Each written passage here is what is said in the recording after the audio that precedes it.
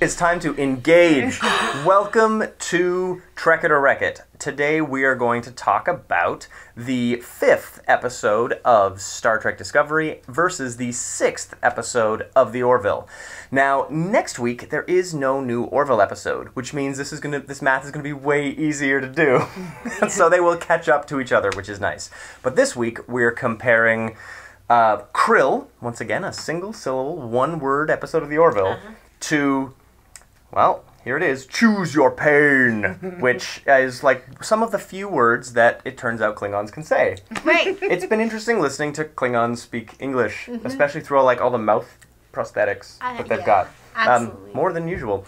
But today we've got Sonia, big old Trek fan. We've got Kat, big old Trek fan. And myself, I'm Matt, big old Trek fan. And we're here to talk about what made these shows more or less Roddenberry's vision of Star Trek, which is to say an aspirational version of us that is better, that can show us something about our lives through a lens of science fiction, and we can learn something from it.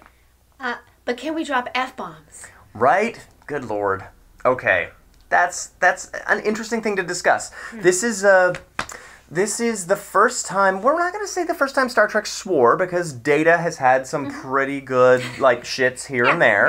And they're funny. It's one of those things where if you set it up right, you can really deliver something fun.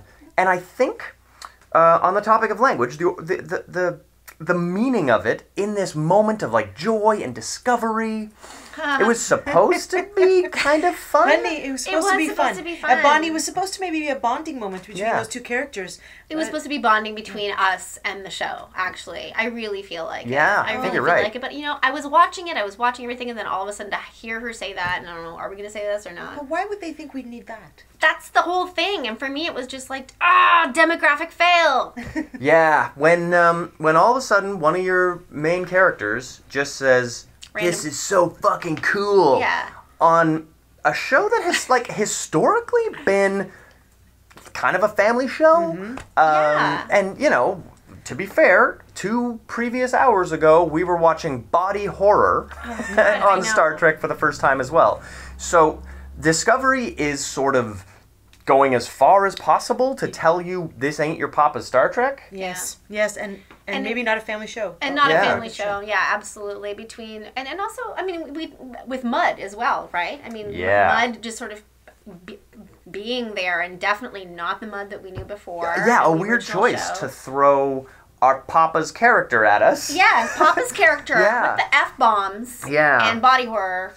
And what else was it? There was something else in this episode too that was just weird for me it was more the tardigrade or the TARDIS grade, as we realized. The TARDIS since grade. He's just going to break all the rules, he's a TARDIS grade. He's a TARDIS grade. But just for me it was just the whole ethics behind, well, let's just put mutineering back into the plot one more time, and we're just not going to address the fact that we have a sentient, intelligent creature that is proven symbiosis, that it is integral to the success of this mission. And it's a little bit cute if you look at it the right way. It's really cute. With its belly. I like that. I get mad and leave Carnage when I'm backed into a corner with no coffee. Come on. So, if tardigrade is there, and then all of a sudden he is, let's leave the ethics from mutineering and politics, and completely abuse another intelligent life form. Yeah. I'm fine with that, Papa. That was really the place where we got to see a bit of the ethics quandary in this episode. But then they let the tardigrade go and let it be free, and that was really quite beautiful. The imagery was. Yeah. The imagery was, but I don't know. We talked about this.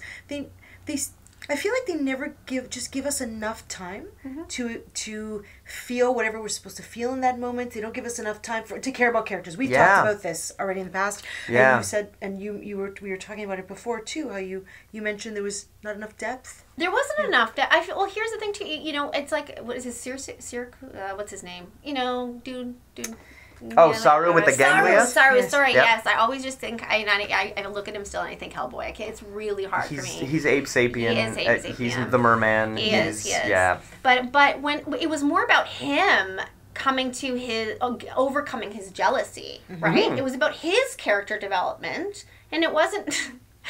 It was almost like, tardigrade was just like a little device, a plot device, as opposed to that, you're right, that very beautiful moment where we see more of Michael Burnham and how she's sort of, she really believes in freedom and the right choice.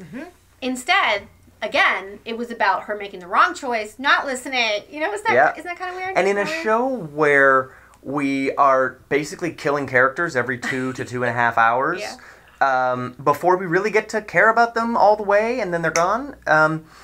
It's nice that this was a bit of a Saru episode, because he's sort of been wallpaper for the last few seasons, for the last few episodes, and in this one, it's like he is going to compare himself to some really great, honored captains, and they gave us Jonathan Archer. All of his names. They gave us Robert April. That's right, they gave us Christopher Pike. They gave us the captains of the Enterprise, which is pretty fun. Oh, I think, computer, is there anything we should be paying attention to? Just a comment that Captain Picard has sworn before in French. That's true. Oh, that is true. He has a good merde. Yes. Yes. He does. And I love the way ridiculous with the English accent. But It that's does. Yeah. And I love the way Captain Picard is always so proud of Frenchness, even though it's clear in the 24th century the French have been wiped out and replaced with the British. Of course, obviously. That's right, because all Right? the characters in French. It's so weird. They're the Britishest French people I've ever seen. It's like so Canada. strange. The British won. Right? I guess the British won. But I feel like if we pop over to the Orville and we look at the moral quandary that they were dealing with there. Well, that had a very ethical. That was beautiful, and I loved the ending too. The fact that you can't win some things, and that you don't know what effect your actions are going to have, and you can try and make the best decisions in them. Oh gosh, The no-win scenarios where whatever you do, you wind up doing something awful. What's the least awful? Yeah. And what they wound up choosing, as we're like comparing our secular union philosophies to the highly religious Krill. And, there are people online who are talking about how the Krill are a metaphor for Islamic terror. And there are people who are talking about it, how it represents this group or that group. And if you don't think it represents every religious group, you really miss the point. That's right. exactly. Extremists and everyone. This is an extremist population of people who have taken any dogma too far. And to be fair, Richard Dawkins has taken atheist dogma too far. Yes, you can take things to the point where it's dangerous and unhealthy. And I mean, I'm an atheist. I'm a card-carrying atheist, but I try not to be a total jackass about it, because ultimately, if you're a jackass about whatever your dogma is, you could become the Krill. And that's really what it comes to. And I can see with the, you lift up a white man's head and you stab it a bunch. There's like an Islamic terror thing that is an image that we've seen before, but that's not the point. That was supposed to be just horrible, and it was perfectly horrible. Yes, it was. And by the way, it was funny because my 7-year-old. Okay, so whereas now she cannot watch Discovery at all. Thank you very much, F-bombers and body horror. But But anyways, it's very interesting because she actually snuck up behind us, and she was really wanting to watch the show, and I noticed that she was there for when they go in for service. Yeah. And she said, who are those people, Mommy? And it was perfect. It was just, there's a line in there which is beautiful because it kind of addresses what you just said. It's every sort of belief taken to the nth degree. Yep. They said it's simply, they are a culture that has, in time with their technological developments, kept their faith at the same pace and have really just never let it go. Never never let science explain things, or never let one thing, never just embrace faith, but have had both. And that's where it became kind of that danger of just like, the I don't know. Sorry, where I'm going. Yeah, that dogma that can be interesting, harmful. Right? Yeah, exactly. And anyways, but I just, as a small comparison between the body horror and the craziness of the Klingons, right? And the same kind of weird like religious sort of tension there and everything else. All I had to do for my daughter was cover her eyes for that one part. That's true, yeah. As opposed to the entire act of wandering around on the Glen. Glen, or even the gruesome fighting on the Choose Your Pain. Yes. Oh yes. That was pretty. Now swinging back into computer. Before we get to Mud, let's talk. Derek is joining us again. Derek. and found the Orville's episode to be a dark episode about the needs of many outweighing the needs of few or one, but thinks that they really nailed it. Yeah. Yeah. I would agree, Derek. I feel like this was an episode that landed us in a spot that, after wiping out every adult Krill except for one on that ship, what they do with her and what they do with those children now is going to be an interesting thing. There's a place you could go with those children that would make for a really interesting commentary on the residential schools in Canada. Yeah. If you were, instead of throwing those children back to their families and letting them turn into whatever violent thing that was being predicted by their teacher, if you were to try to educate them and then you could wind up doing something terrible to them in the way that the residential schools in Canada did to the native people, it would be really interesting to see if there's a spot they could go with that. Because there's a positive thing to be gained by taking that child that was so wonderstruck by space and wanting to understand humans. And instead of turning that boy into a killing machine, maybe he could learn to not hate things. Well, it's like nature versus nurture, or both at the same time. And then where do you go? And what are the benefits and everything? And even with her, though, what I loved at the end was where she's like, well, what about me? And he's like, I don't know. And and it opens up, and that's depth right there. Yeah. Something that Discovery just doesn't have. We don't know what's going to happen. We don't know if she's going to be with us. We don't know where it's going to go. But I connected with that person, with that Krill, versus... Takufma or any of those people. Yeah. Where I'm kind of like, And that's a character covered in makeup. Yeah. But makeup that allows for expression. Yeah. That really brings you in. I care more about her than I do about Vok. Yes, that's exactly right. know? That's exactly it. Yeah, Vox. Computer? Darcy Stoppard is saying Darcy. that it's unfortunate they didn't leave it open to explore further. He feels they didn't actually leave it open enough. Yeah, it seems like there was an explanation of what's going to happen, and I'd be surprised. You're right, Darcy. I'd be surprised if they do anything other than what they said they were going to do. Because this isn't so much a show about large story arcs as much as like thematic ones. But going back to the story arcs in Discovery, let's talk about how we not only continued this whole spore gets us around the universe storyline, but it was showing us, it was giving us a lot of story in Discovery, but I don't know if it was necessarily giving us the most interesting part of what was going on. Yes. I mean, we had a briefing at the beginning of that explained, instead of showing us, it told us that the Discovery had just done a bunch of skirmish battles, won a whole bunch of victories for the Federation. Instead of showing us that, we're just told it. It's because they just jumped forward using their own mushroom technology. Mushroom technology. Patented mushroom technology. Patented mushroom technology. And at one point, didn't they say they were going to... It was precarious because they were going to have to make a lot of jumps to get into... To save Lorca, and they weren't sure. But we only saw one of them. They only did one. Honestly, guys... I want to see what that looks like. I thought that could be visually, that could be cool. Yeah. Maybe it's because they're being a good sport about it. No wonder you guys are friends. Right? I had to. That was good. But I think Discovery is showing us kind of the wrong parts of the story in places. Well, there was another point in the episode where Mudd sits there and tells his, backstory, which is a thing that Harry Mudd does. But it's always funny, and there's moments where there's like interplay and verbal sparring, and it makes you laugh. And you like him. Because he's jovial and funny, and he's going to cause some kind of trouble. And he has like a swashbuckling mustache instead of a hipster beard. Mud. But I feel like the hipster beard choice was a weird one because you already are taking away a bit more of his face and his expression, and then you're not giving him the kind of joy that Mudd has. And so we get that whole boring backstory that Mudd gives us, even though we kind of know who he is already because he's been in 2 episodes, so we'd sort of know. And also you could ask your dad if you were in the room with him watching Right? the show, Hey, but Papa. you can't because there's an F-bomb. Yeah. God. But it was too much. They gave us details we didn't need, man. Yeah. They could have cut down his story to about half, and it would have been just as effective. And it felt like, if you took a minute of that story away and added that into a minute of Lorca getting to the Raider. Yes! Yeah, It's like, please, instead of yeah. commercial break, and now we're all of a sudden... Free. Yeah, now we get to see Finn piloting the you know, getting to watch him pilot the TIE fighter away from the... Oh, wait, where have I seen this Hold before? on a second. Wait a minute. Spores. Oh, God. Oh, spores. Oh. The other thing that bothered me about that was like, why are you showing us the wrong thing, is why was Lorca at a space station and the Discovery was not? Okay, yes, that was... It was the jumping and the editing and the weird things like that there. Yeah, The and why did they briefing. need a shuttle to get away when the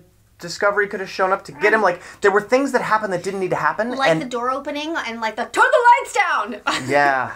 Although, That's a minute that didn't have to be there. on the guys. topic of Seriously. lights, Yes. there was a moment during Lorca's, torture where he looks up and there are 3 lights. I know! I thought about that too! Yes. Right? I thought about Clockwork Orange. Yes. Yeah, that too. It was a very And, Clockwork yeah. Orange moment, and it was like straight out of a Cardassian interrogation room That's with right. Picard. Absolutely. That Highly really, enjoyable. But that was that was a great episode. Yeah, TNG, that really great. was. But I don't... Which do you think- contrasts to, what happened in this episode with the torture, where it kind of didn't matter or Nothing go anywhere. mattered. It didn't go anywhere. Nothing mattered. And then again, it just bothered me. It's like, we have an Eastern European accent now. Yes, because like my if mother you- was a spy. And again, I ask you, okay, really good makeup artist? Did nobody notice that this Klingon, that we haven't had any any kind of communications with the Klingon for like 200 years, but my mother was a spy? Where? Who were you spying on? Who was she exactly? Yeah, although I guess maybe she was spying on the other houses. I don't. Oh, on the other houses. Maybe? Oh, I don't okay, know. That probably makes a little bit more sense. But in my I mind. found that Laura's Natasha. right. So like, why the Eastern European accent? It's a strange choice. Maybe Could that's just the be any- accent that actress had, like at the ready, Yeah, and they maybe. didn't want to bring in a vocal coach to go with a different one. Or a voice modulator like they did for everybody else. Yeah. Yeah, because it would have Right? been a choice. Yeah, it's true. I mean, when they are deciding on shows like Star Trek how to represent, I suppose, diversity, because Yeah. they do think about that. That is something that Yeah. on Star that was important to Roddenberry. Right? Absolutely. And so when they're deciding that, I'm curious. Was this a choice? Did they say to the actress, "Have an Eastern European Yeah, accent"? the Russians And were because she's- used to be figuratively represented by the Yeah. Klingons, and now that they're no longer representing Russians, please do a Russian accent. But nobody else has none of the other Klingons have an accent. That's why Yeah. it stood out. If they'd all sounded different, Right. If some of them Yeah. sounded had American English, some British, some no, she was the only one. It's a bit weird. The KGB is Well, now. and that's the thing too. Is remember in the old shows, I mean, the whole the Klingon and the Empire was, and it was very Cold War. It was very very obvious who it was representing. And again, it's like, are we making a reference now? Is it contrived like the rest of the show? Is this sort of a nice little nod to the way things used to be? Yeah, I don't know. It didn't feel. It felt out of place. Yeah. And the number of things that seem out of place in a Star Trek show made after there have been decades of Star Trek made well. And then we look at the Orville, where they're literally making a new genre Yeah. that Yeah. is not a parody or a spoof, but is funny and science fiction. It's like Rick and Morty manages to do this as well, where Yes. it's got a genre and it's got like comedy all fit in together in a way that in the pilot of the Orville, which we get to watch next week again as they rerun it, there will be, you kind of get some growing pains in there. Yeah. There's like weird gags that don't work. And now that we're 6 hours into this show, the Orville's really streamlining Yes. their Very much humor. so. Yes, and there's a balance now that I can Yeah. And enjoy. there's that depth. They spent 6 episodes creating depth. So when you And characters, right? Characters that we can absolutely like or dislike, but mostly like. Yeah. I mean, And we there's know no that they dislike have them. serious sides. Yeah. For all the weird jokes in the world, they still have that side. They have those ethical battles, and they have to make some very, very difficult decisions. And they Yep. care about each other, and I love that. I love that aspect of it so much. Whereas, 5 episodes in Discovery, we're all focused on the arc. We're so focused on the arc, or where is it going, and nobody has any answers, and just Computer. computer. Darcy's weighing in here, saying, as soon as a choice like an accent distracts the viewer from the reality they're establishing, you're losing the magic. Thank you. Bang on, That is Darcy. it. Absolutely. And I have a friend who was on like a Netflix-y show with accents. And she had an entire day where she shot the show with like a northern sort of gruff accent. And then the network was like, no, that's going to be tougher to understand. Let's shoot the whole day again with a London accent. Because that's attention to detail. Right. And, I mean, Star Trek has way more money. That's right. Way more money. That's So right. if it doesn't work, ADR it. It's not like you can see their lips moving anyway. But here's the thing, too. This is such a valid point, because if an accent takes away, then the F-bomb did that for me. Yeah. Where it just totally yes. took me out of Yes. my world It, of it, Star Trek. it was kind of a gut punch that took the joy out of a scene about joy. Yeah. And that was really quite weird. He was like, oh, look, they're bonding. We like it. They're having fun. And then that. And then, Computer? Melissa posits that Star Trek Discovery may have blown their budget, so they can't show you action sequences and they can't that's ADR. right. So that's why it was all talking. Oh, man. Because it was all talking. This Right? we talked about how little violence and action there was in That this battle compared at the to others. binary just took all their budget, and now they're like, trust me, we had a bunch of battles. It's been a month, we've won them all. The next episode, they'll be like throwing glitter in the air as spores. Right? Oh, That's why man. they switched from the tardigrade to the human. Oh my god, imagine if that was why they ran out of money for the tardigrade and they're like, listen, Stamets, we're just gonna nipple stab you now. I hope you're gonna be alright with that. It's cool. It's cool. It's all Oh. because that's where the ethics is going. Let's just harvest our own humans. Well, and I do like the fact that that ethical quandary was solved, and there was a real bait and switch where they, from that dream that Burnham had where she was the tardigrade, Yes. it felt like maybe we were going to find out that Burnham had like hyposprayed herself. I And thought then when so, it was too. Stamets, it was like, interesting that you made that choice. Neat that you gave us a moment of wondering if he's dead. And then it's going to be interesting to see what happens next. Well, can I just here's one thing that just jumped in my head though? Mm-hmm. Why is it that when she brought it up, just as a valid scientific observation, that the tardigrade was obviously diminishing in its capacity and it was unhealthy, that she was like, Mjolnir, pointed out immediately. But this guy's like, sure, Captain, I'll do it, and then doesn't do it, totally like you could say technically that what he did was break a chain of command. He did follow orders. Yeah. Well, but he was like He had the champion same for it. result, same. but he absolutely Double standard, didn't guys. follow orders. Double freaking standard. That's true. Although one thing that was quite lovely in this episode was the relationship between Stamets and his partner, the Doctor. I love that. I like that a too. lot. And I liked it. I also like that the Doctor gets to wear white. It just feels like for the first time they've got that color. Yeah, Like they've the got kinda that more down? Clinical kind Yeah. of. Hey, I'm a doctor. I mean, the short sleeve scrubs thing that they were doing in the original series was cool, but I like that you can tell a medical practitioner by that white color. It feels familiar.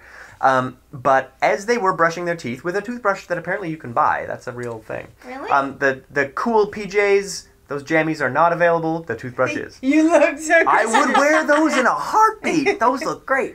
But I feel like that moment where that loving couple brushes their teeth together Yeah. and then didn't have the kiss. Yes, I that was waiting. would have really beautifully cemented we're Star Trek. Yeah. Look what we can do. I know. We had the first lesbian kiss on network television. We had the first interracial kiss on network television. Yeah. And look, this is no big deal. It would have been nice to have that, Well, sorry guys, that got cut because of the F-bombs. right? That's it. Missed Sorry. it. Computer? We have Heath weighing in here. Ah, Heath. And saying that he might have been tired, but he was bored during the first episode of Discovery and fell asleep. He didn't want to reveal that to Kat, and then he changed his mind. So Oh. a little bit of drama happening on the comments. Falling asleep. Whoa. He Yeah. did think the Orville was amazing. There you go. Yeah. Cool. The most Yeah. recent episode? Yes. Yes, it was laugh out loud funny, and still they got that ethical depth. side of it right. They got Yeah. it right. This was the best one of the Orville Yeah, so far. this was my favorite Orville as well, and I feel like they were such fun choices made in the comedy. Like there's a heavy humor opening where we just get Bortus eating stuff, which is such a funny That's the gag. best. And Oh Bortus's my God. face and his makeup Yes. totally works. And It he's totally just works so for him. deadpan as he eats everything. But even just like the talking about dating in such a casual way. Yes. And I've always wondered, I love that without having, I've always loved like, oh, what are they talking about in Time Forward or anything Yeah. like that. And that's what they gave us and it was so nice. It was really nice to have that, and I felt like we still managed to have humor when the Krill... I really felt like this episode should have been called Krill or Be Krilled. That's pretty funny. But when they were being Krills and they were still like telling each other funny things back and forth, mostly it was Seth sort of being pissed off that Grimes was doing it, but that was kind of fun. The names Chris and Devin were genuinely hilarious, but there's been a lot of complaints that I've seen, and I can't deny the idea that these guys were really just blowing their cover the whole time like they didn't even care. And it takes a bit of the wind out of the drama, but the tone of the show, I think, made it work. But they also set it up. I mean, in the beginning when he's being asked to like go over and infiltrate and get the book, he says, isn't there anybody else? I'm not really going to be good for this. This is your order. You're going to go in and you're going to do this and you're going to take him and that's it. And I mean, I just felt he was doing the best job he possibly could. I love the way they introduced the hollow little secret thing with the, oh my gosh, back to the joke about Eat my weapon. Which made me laugh. Like, And the leg. I love Yes, it. And it's a new leg! That was a great joke. The hailing, come on, the hailing frequency was terrific. Yeah. They poked a little bit of fun at those things about the old shows that we hold so dear that we loved. We loved it when the captain hailed the others because we were nervous what's going to happen. Yeah. And then when the panel burst into flames, Yeah. what happened to automatic fire suppression? That's the panel that's on fire. That was just like so much humor, but in the moment that I felt really worked. But it's relatable, and I think they play it so smart because you can relate to it as a sci-fi show if you've never seen Star Trek. Okay, and it's true, right? Yes. But it's also all those little wonderful Star Trek nuances pop up, and it's just funny, and it's not contrived. They're not pushing for it. And by the way, just in total contrast, Discovery, the stupid bridge noise, Oddly enough, that's one of my favorite things about Discovery. Okay, see, I was like, okay, if you're gonna keep that though, It should look the way it should look if it's going to sound the way it should sound. yes, That I agree. you can't just randomly, unless we're in the Mirror Darkly world. Well, because there was an Entertainment Weekly article that came out saying that Brian Fuller wanted the production design of Discovery to look like a, updated version of exactly what it should look like, sort of in the way that in the Mirror Darkly did the Bridge of the Defiant, and it looked like the Bridge of the Enterprise, but buttons didn't get ka-chunked in. They were touchscreen buttons. Like, there were elements to that Enterprise-style bridge that made it feel higher end than the old episodes of TOS, but it still felt like it was in that universe. It was what Rogue One did for Star Wars A New Hope. They're contemporaneous stories, but Rogue One did all the same production design for 200 times the money.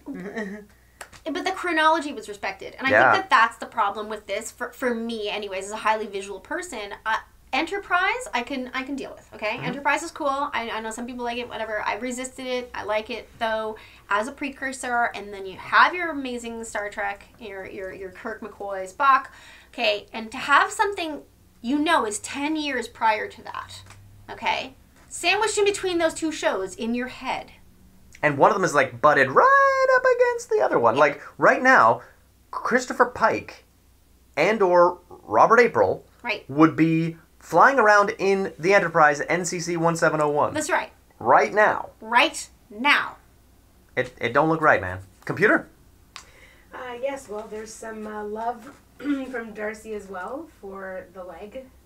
And also Love for the leg. Because he does it intentionally, pokes fun at the genre, and he says, wait until the red shirt dies on the Orville. Oh my god. Yes. The red shirts, I think it's kind of sad that on Discovery we have Chrome, I guess We have brass shirts. We have weird bronze shirts. We have very sparkly things. Because they're all blue, but Yeah. at the top, like the top of the food chain has like gold piping, and then silver piping when you're not quite that good, and then bronze piping when you're like bottom of the food chain. Right. So Yeah. I wonder if those represent command and science, and whether that has any bearing on what they'll look like in 2 minutes on the Enterprise, because they're all dressed in long sleeve tees on the Enterprise around the corner. Around the corner. Yeah. I don't know.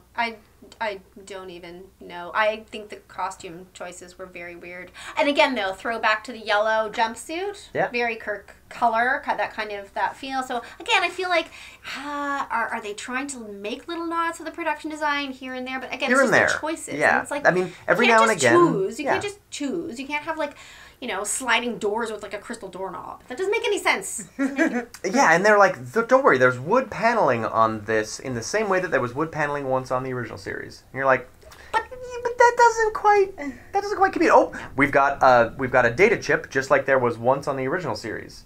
Yeah, but nothing else. Yeah. Nothing else. Our science folks wear T-shirts, just like McCoy did, but nothing else. And it's like computer.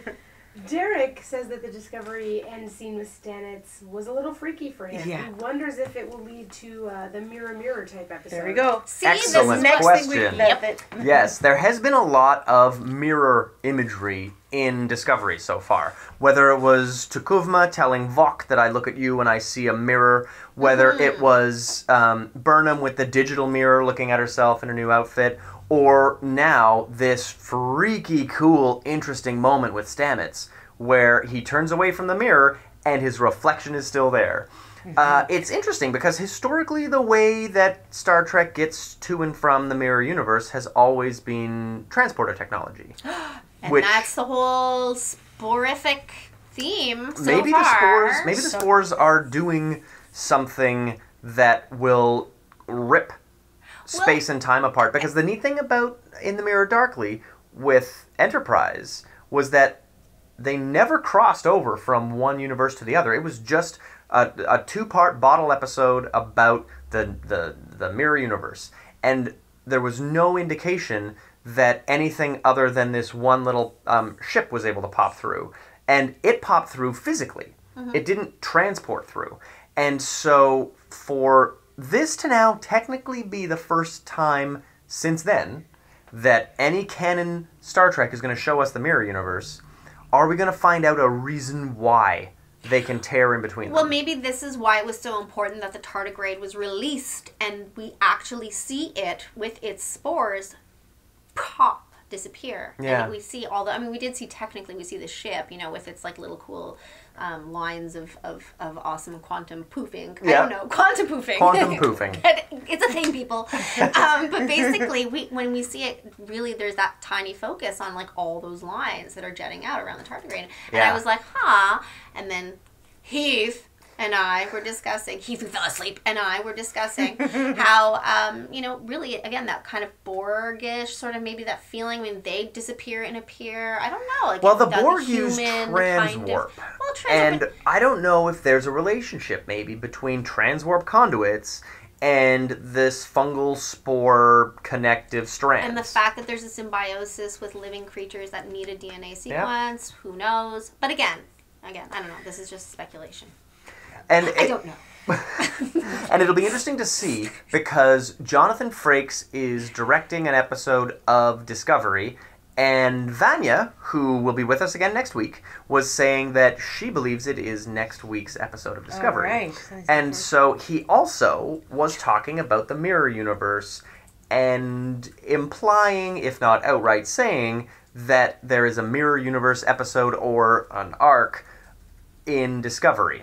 So if he happened to direct a mirror universe episode, we might be getting one next week, which could be why we got that Stamets looking into the mirror freaky But thing. can I also just make a funny thing here? Please. Because if you look at IMDb, Jonathan Frakes is also directing. Yes, and the Orville. Orville. Yeah, he directed So last week at the maybe Orville, so it's that's nice. the Mirror Universe. Yes. Oh my God, People. the shows will be. Oh man. Happy. Computer?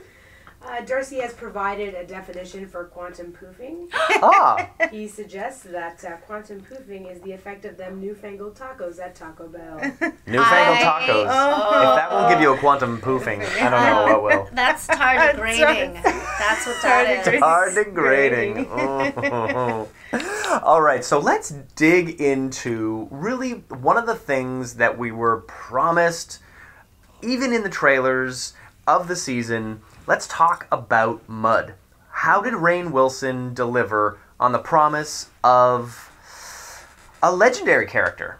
A character that is historically kind of a jester. A fun, wacky, silly character. And this is sort of the Stella Begins, I guess, because he hasn't yet wooed Stella into being the wife that he absolutely seems to despise by the end of I, Mud. Yeah. Let's talk.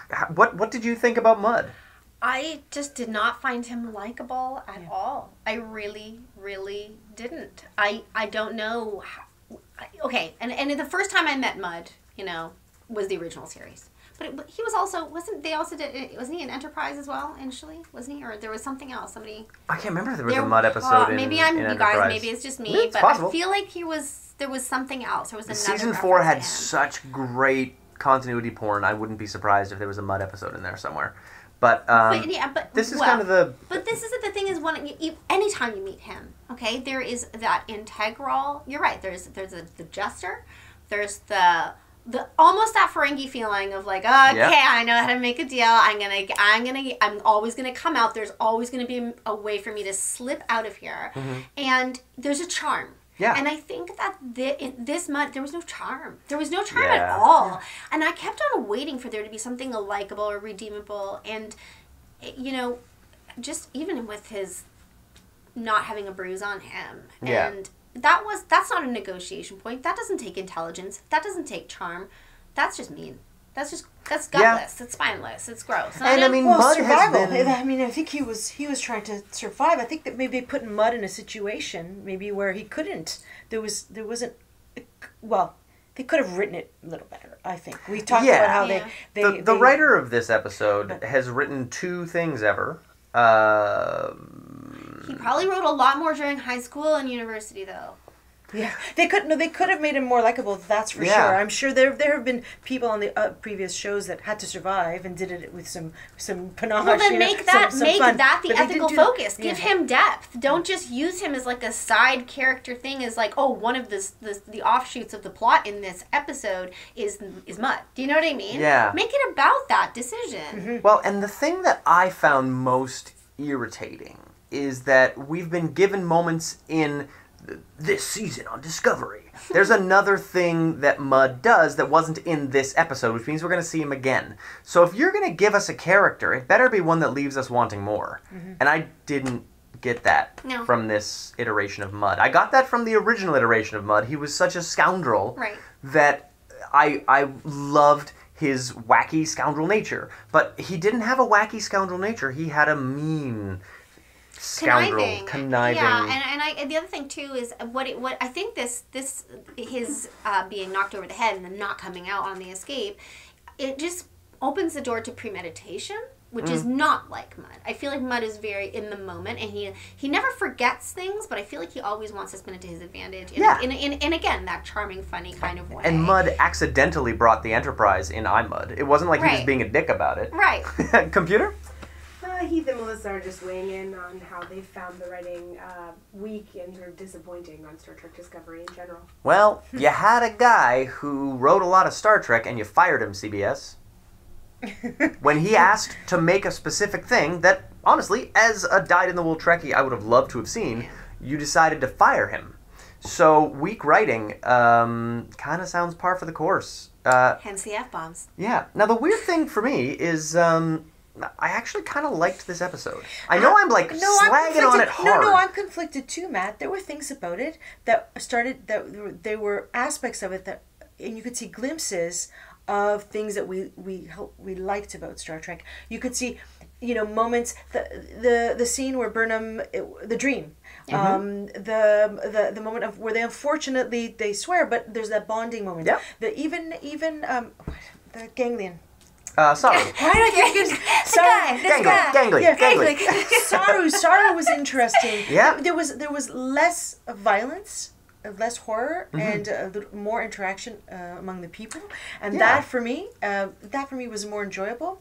And it's funny because there were wild beatings and people were disrupted into oblivion, but it felt like there was less violence. That's right. So interesting. I would agree with you.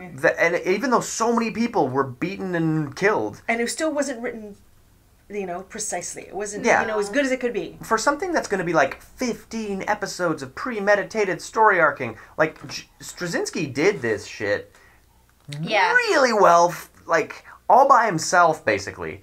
And we can't get 15 episodes written well? Yeah. Are you kidding me? I'm also trying not to want Discovery to be like the other ones exactly.